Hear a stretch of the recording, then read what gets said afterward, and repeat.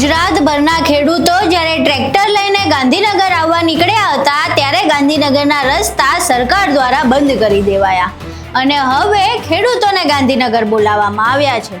હવે કૃષિ મંત્રી અને મુખ્યમંત્રીએ ખેડૂતોને ગાંધીનગર શા માટે બોલાવ્યા છે અને ત્યાં શું ચર્ચા થવાની છે તેના વિશે વિગતે ચર્ચા કરવી છે। નમસ્કાર, તમે જોઈ રહ્યા છો ચક્રવાત ન્યૂઝ, હું આપની સાથે હેમંત।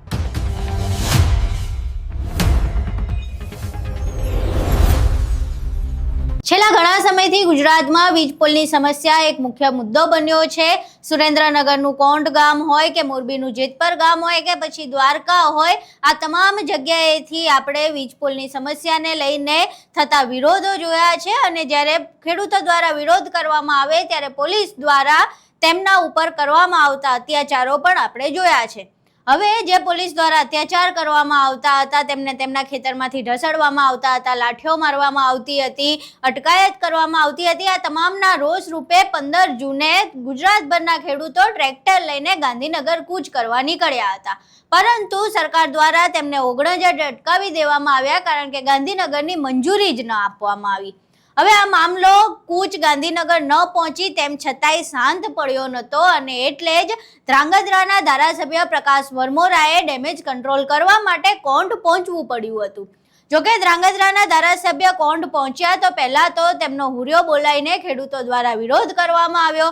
ખેડૂતોએ કહ્યું કે અત્યાર સુધી તમે ક્યાં ગુમ હતા, પરંતુ બાદમાં પ્રકાશ વરમોરા સાથે શાંતિથી વાતચીત થઈ અને ત્યારબાદ એવું નિરાકરણ આવ્યું કે આવતીકાલે એટલે કે આજે જે ખેડૂતો છે કોંઢ ગામના, એના અમુક પ્રતિનિધિઓ સાથે પ્રકાશ વરમોરા કૃષિ મંત્રી અને મુખ્યમંત્રીને મળશે।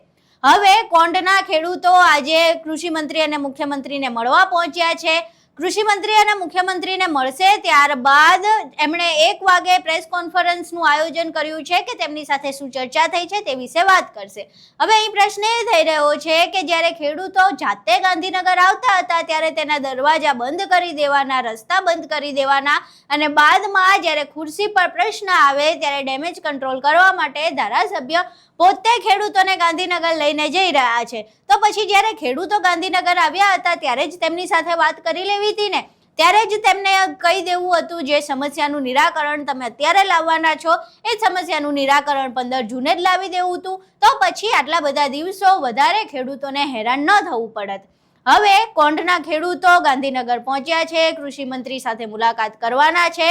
આખરે રહીને જે 6-7 મહિનાથી આંદોલન ચાલતું હતું, વિરોધ ચાલતું હતો, તેને લઈને હવે કૃષિ મંત્રીને એવું લાગ્યું છે કે ના, કદાચ વાત કરવી જ પડશે, હવે રેલો આવી ગયો છે, એટલે કૃષિ મંત્રીએ કોંઢના ખેડૂતો સાથે વાતચીત કરી છે। હવે વાતચીતમાં શું પરિણામ આવે છે, શું ખેડૂતોની માંગ પૂરી થાય છે કે કેમ, શું કૃષિ મંત્રી ખેડૂતો પ્રત્યે કોઈ સોફ્ટ વલણ ધરાવે છે કે પછી વીજ કંપનીઓની જ દાદાગીરી ચાલે છે, તે જોવું રહ્યું। હવે જોઈએ કે ખેડૂતો જ્યારે ગાંધીનગર પહોંચ્યા છે ત્યારે ગાંધીનગરમાં શું મુલાકાત થાય છે, શું રંધાય છે, કૃષિ મંત્રી અને મુખ્યમંત્રી તરફથી કેવા પ્રકારની પ્રતિક્રિયા આવે છે અને આ તમામ બાબતો બાદ ધ્રાંગધ્રાના ધારાસભ્ય પ્રકાશ વરમોરાને કોઈ લાભ થાય છે કે કેમ, એ તમામ હાલ સવાલોના ઘેરામાં છે।